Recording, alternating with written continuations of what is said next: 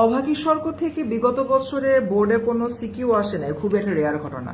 So যেহেতু SSC 27 তোমাদের এই পার্টিকুলার টপিকের সিলেবাসে আছে, আজকের এই ভিডিওতে মাত্র 3 মিনিটে অভাগী স্বর্গের যাবতীয় বাংলা টনিক তোমাদের সাথে শেয়ার করব, যার মাধ্যমে অভাগী স্বর্গ থেকে যে কোনো প্রকার সিকিউ আসে তুমি ঠিকঠাক মতো লিখতে পারবা।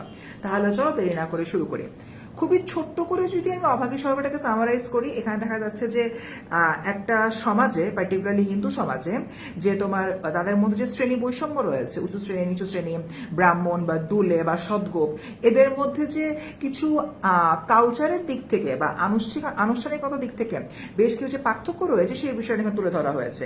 এবং একটা অদ্ভুত বিষয় এখানে আমরা দেখি, অভাগীর মৃত্যুর পরে যখন অভাগীকে প্রকৃত হিন্দু নিয়ম অনুযায়ী পোড়ানোর বা দাহ করার ব্যবস্থা গ্রহণ করার জন্য অভাগীর সন্তান হলো দৌড়াদৌড়ি করছিল, তখন কিন্তু ওই সোসাইটির যে ব্রাহ্মণ ছিল সেই ব্রাহ্মণ কিন্তু আসলে তাকে ভাবে সাপোর্ট করে না এবং হচ্ছে কি বলে, তুই তো দুলে যাত, তোর এভাবে হচ্ছে গিয়ে চন্দন কাঠ দিয়ে মৃতদেহ তো পোড়ানোর কোনো দরকার নেই। তো এটা ছিল মোটামুটি হচ্ছে গিয়ে পুরো যে গল্পের ছোট সামারি। বাট এখান থেকে যে বাংলাটানিকগুলো আসতে পারে, নাম্বার 1, আমাদের উঁচু গোত্র দ্বারা নিম্ন গোত্রের হলো গিয়ে যে শোষণের বিষয়টা, যখন হচ্ছে গিয়ে অভাগীর মৃত্যু হয়, অভাগীর দেহটাকে পোড়ানোর জন্য কাঠের সন্ধানে তার ছেলে যখন হলো গিয়ে দৌড়াদৌড়ি করছিল এবং সে যখন পরবর্তীতে ওই সমাজেরই একজন ব্রাহ্মণের কাছে যে হলো গিয়ে সাহায্য চায়, সে কিন্তু সাহায্য করে না।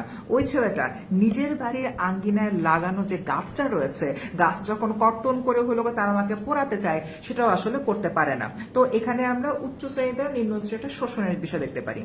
নাম্বার 2, তৎকালীন সমাজে পুরুষদের মধ্যে যে এক ধরনের আমরা হেল্প না করা মানসিকতা দেখতে পাই, সেই বিষয়টা এখানে ফুটে উঠেছে। যেরকম রসিকবাগের সাথে অভাগীর বিয়ে হয়েছিল, কিন্তু পরবর্তী রসিকবাগ তাকে ছেড়ে চলে যায় এবং পুরোটা সময় অভাগী তার একমাত্র সন্তানকে নিয়ে কিভাবে আছে, কিভাবে বেঁচে আছে, এই ব্যাপারটা নিয়ে তিনি আসলে কোনো কিছুই টেক কেয়ার করেন না বা কোনো চোখ রাখেন না।